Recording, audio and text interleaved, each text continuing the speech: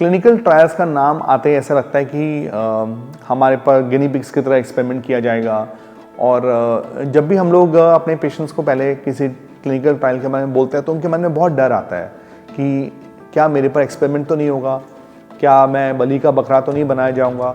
तो इस तरह की भावनाएं आती हैं क्लिनिकल ट्रायल्स को लेकर। लेकिन मैं आपको बताना चाहूँगा कि साइंस ने जो इवॉल्व किया है वो हमेशा एविडेंस के बेस पे इवॉल्व किया है। किसी दूसरे इंसान ने क्लिनिकल ट्रायल में पार्टिसिपेट किया तभी आज आपको स्टैंडर्ड ऑफ केयर ट्रीटमेंट मिल रहा है। तो क्लिनिकल ट्रायल्स को समझना आपके लिए बहुत ज़रूरी है। अगर मैं कैंसर के अंदर क्लिनिकल ट्रायल्स के बहुत बेसिकली फेजेस बताऊं तो हम किसी भी ड्रग को ह्यूमंस में लाने से पहले एनिमल ट्रायल्स करते हैं। एनिमल ट्रायल्स उस ड्रग की सेफ्टी को एस्टैब्लिश करते हैं और उस ड्रग की एफिकेसी को एस्टैब्लिश करते हैं। तो कोई भी ड्रग जब तक कि वो इतना सेफ नहीं है कि वो ह्यूमंस में यूज़ किया जाए या उसमें इतना इफेक्ट नहीं है कि वो ह्यूमंस के लिए कारगर होगा, तब तक वो ह्यूमंस में आज की डेट में आता ही नहीं है। तो सबसे पहले अच्छी बात यह है कि बिफोर ह्यूमन उनका जो यूज़ है उससे पहले एनिमल्स में उनकी सेफ्टी और एफिकेसी को स्टडी किया जाता है। उसके बाद फेज़ 1 ट्रायल्स आते हैं। फेज़ 1 ट्रायल्स बहुत कम पेशेंट्स में होते हैं और वो उनकी अनुमति के बाद ऐसे पेशेंट्स में किया जाता है जिनके अंदर हमें उनका एक टॉक्सिसिटी लेवल देखना होता है। तो ये बहुत छोटे लेवल में होते हैं और इससे ही पता चल जाता है कि ह्यूमन जो यूज़ है उसमें उनका एक्चुअल डोज कितना रहेगा। तो फेज़ 1 ट्रायल्स हम कैंसर में एक तरह से जो नॉन क्यूरेबल पेशेंट्स हैं उनकी सहमति के साथ उनके अंदर करते हैं। ये एक बहुत लिमिटेड नंबर ऑफ पेशेंट्स में होते हैं। फेज़ 2 ट्रायल्स जो होते हैं वो एफिकेसी ट्रायल्स होते हैं।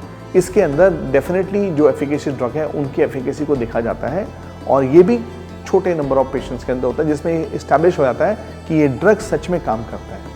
जब कोई ड्रग ह्यूमंस में काम करता है तभी उसको फेज़ 3 स्टडी में लाया जाता है। ज़्यादातर लोगों के लिए फेज़ 3 स्टडी में इनरोल करना बहुत ही लाइफ चेंजिंग हो सकता है। ऐसे पेशेंट्स हैं जिन्होंने 2000 के अंदर जब इमैटिनिब नाम का ड्रग आया था CML के अंदर और उस ट्रायल में पार्टिसिपेट किया था, आज वो 23 साल बाद भी जिंदा है। अगर उन्होंने वो ड्रग ट्रायल के अंदर नहीं गए होते वो 8 महीना भी जिंदा नहीं रहते। एक ट्रायल आपके कैंसर ट्रीटमेंट में इतना बदलाव ला सकता है कि वो आपको सालों की लाइफ या परमानेंट क्योर भी दे सकता है। इसीलिए एज ऑन्कोलॉजिस्ट हम अपने पेशेंट्स को एनरोल करने में एंकरेज करते हैं, उनको सारा इन्फॉर्मेशन देते हैं और आज की डेट में क्लिनिकल ट्रायल्स काफ़ी सेफ हो गए हैं। तो किसी भी अच्छे सेंटर पर जहां पर आपको पूरी जानकारी दी जाए, आपको एग्जैक्टली बताया जाए कौन सा ड्रग है, क्या साइड इफ़ेक्ट्स हैं, क्या एफिकेसी है। फेज़ 3 ट्रायल्स में मैं ये बोलूँगा कि मैक्सिमम पेशेंट्स को बेनिफिट मिलता है किसी भी न्यू ड्रग का।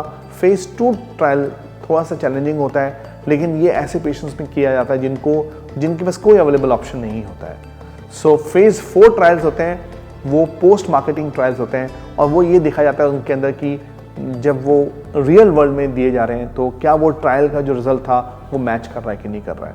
तो to be short, clinical trials can be life changing for individual patient and I encourage my patients to take part in clinical trials after having full knowledge of what the drug is being given to them or what intervention is being done with them.